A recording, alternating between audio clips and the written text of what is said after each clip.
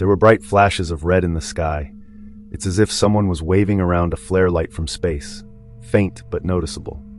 We all made UFO jokes and laughed as we nailed our tents into the ground. I knew for sure that there were 5 of us. We have all been friends since early middle school, and we're celebrating our high school graduation with this getaway camping trip. The flashes of red must have stopped randomly as we made conversation while fixing up our tents. Dave managed to put his tent together the fastest and told us he was going to find some branches for the fire. I remember how he had worked with me at the local gas station last year. We used to do the night shift together, and it had made working at a desolate gas station much more fun than it was supposed to be.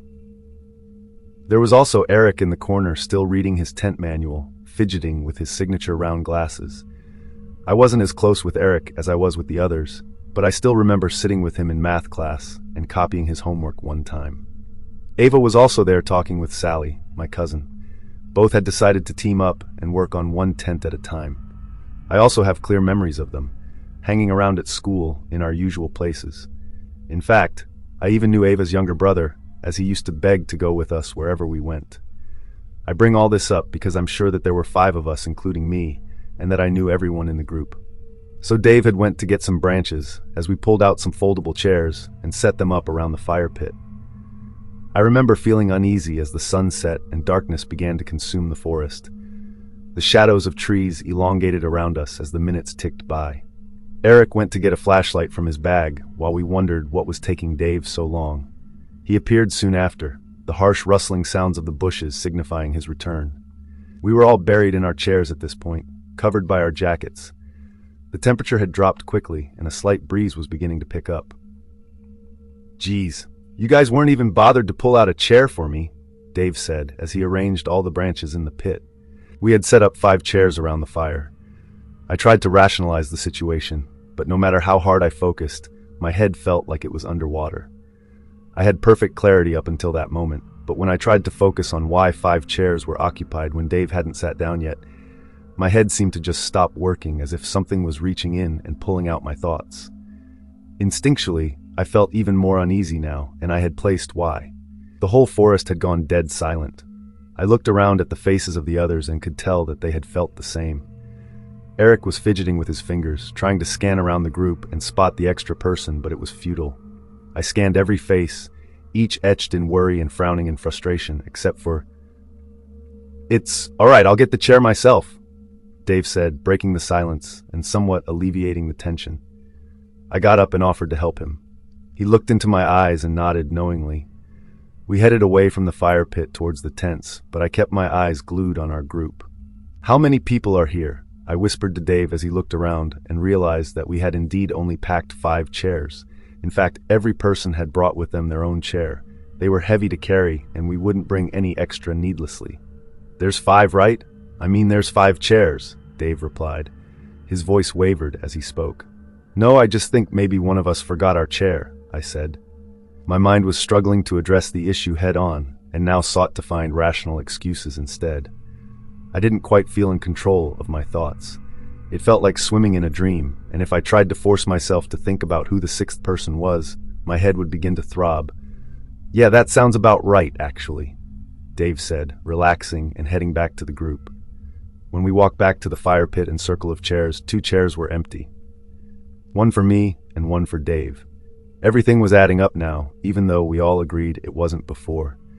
Sally suggested we were all probably tired after the long hike to get here, and probably just needed some sleep. She could have been right. We were all sleep-deprived from waking up very early today to make it on time. Ava brought out the drinks. The whole 6-pack was emptied. We all moved closer to the crackling fire for warmth as we took sips from our cans and reminisced on memories of last year. Ava was in the middle of telling us about that one time she was home alone with weird things happening in her house when I got these sudden chills despite the pleasant warmth of the fire. What felt cozy and safe moments ago felt wrong now, all because I realized that there was a crucial detail I missed. "Who started the fire?" I asked, completely interrupting Ava in the middle of her story and breaking everyone else's immersion. Everyone looked momentarily annoyed until they realized they had no answer. Once again, I scanned the faces staring back at me, all barely illuminated by the light from the fire, all familiar and pale from fear. "Wasn't it you, Dave?" Eric asked. Dave shook his head. "I think the person standing behind Jenny did it," Sally said, looking over at me. I whipped my head around so quickly it hurt. My heart was pounding in my ears. There was nothing behind me except for the encompassing darkness of the woods. Staring at those tall, dark trees behind me made me feel exposed. I felt like a lost bird in a vast field. "Wait, I don't know," Sally said. Her eyes had gone wide, and she was shaking visibly. She continued to look around frantically as Ava moved over to her, placing her hands on her shoulders and trying to calm her down. "I think we should leave this place," Ava stuttered. "Yeah, something just doesn't feel right, but I can't put my finger on it," Dave said. "But it's so dark out in the forest now, we'd probably get lost if we leave now," someone else said. "Yeah, I think we should stay the night and leave as soon as we can tomorrow." Eric agreed. I tried to protest, but realized Eric was right. The woods harbored an oppressive darkness within which navigation would be near impossible. "Let's not sleep in our separate tents just to be safe," Sally said. We all agreed. We only brought one-person tents with us, but we could squeeze two if we tried. That way no one would be alone at night. Following this conversation, we all got up and made our pairs. I went with Dave, and Sally, like always, went with Ava. Eric kept complaining that he didn't have a pair, but we reassured him he did. He wouldn't accept it.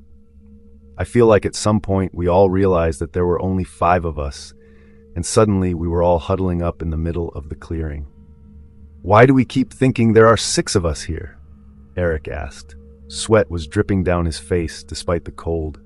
We had nearly left him all alone on his own, under the assumption that there was another person.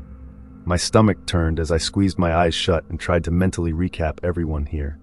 My head throbbed, but I kept pushing it. "There's me, Dave, Eric, Ava, Sally, and..." I was pointing at each of them as I said the name. I retched and emptied the contents of my stomach on the ground when I got past Sally. The left side of my head felt like there was a knife stuck in it. My vision was blurry. Dave held me up to stop me from collapsing, and we all wordlessly started to move towards the tents as someone put the fire out.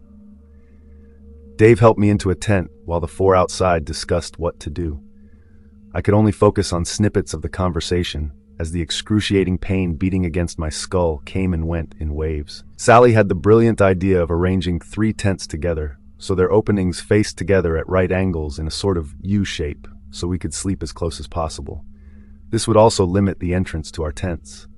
Dave was about to go help as they worked outside, but I clutched his hand and asked him to stay with me. The tents took some time to arrange. I started to feel a bit better once everyone got settled into their tents. A quick head count confirmed there were 5 of us. Eric would have to sleep in his tent alone, but he was more comfortable with it since all the tents were very close now.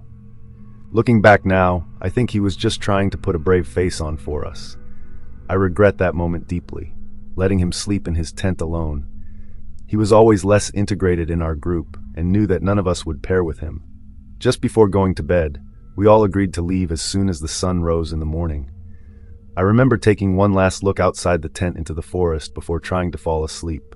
The wind had picked up and the tree branches were swaying gently. Beyond our clearing was just pure darkness. It felt like the trees were closing in on me.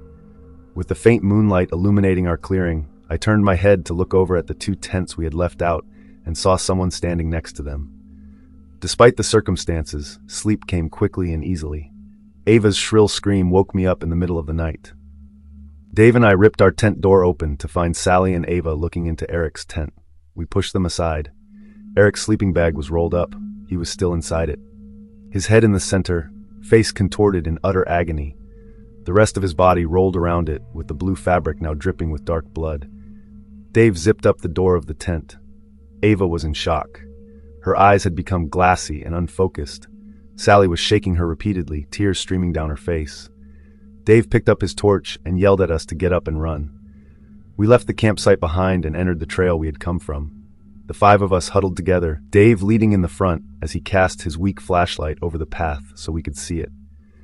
All we had to help us get through this 2-hour trail was a small white circle of light. Even the moon failed to illuminate our surroundings through the dense foliage. Ava tripped and fell, twisting her ankle. We came to a stop. Someone said they knew how to splint it so we could keep going. They dragged her into the woods instead. It happened too quickly for any of us to process. Sally was about to run after Ava when Dave held her back. She struggled and managed to free herself, running into the trees to follow the echoes of Ava's screams. I was about to run after her, but Dave held me by the shoulders and shook me hard. "We need to get out of here, Jenny, please," he said. I hesitated but jolted into motion again when Sally's voice was cut off abruptly. She had been calling out Ava's name as she ran after her. Dave and I continued to run down the trail, trying to get to our car so we could get out of here. There was nothing we could do. At some point, there were 3 of us running on the trail, Dave and I, shoulder to shoulder, while someone followed us closely behind. "Dave, who's behind us?" I gasped. My heart was threatening to burst through my ribcage and my legs burned. He turned to look at me. Confusion transformed into fear on his face and then into rage. "You keep running," he told me as he produced a pocket knife from his pants.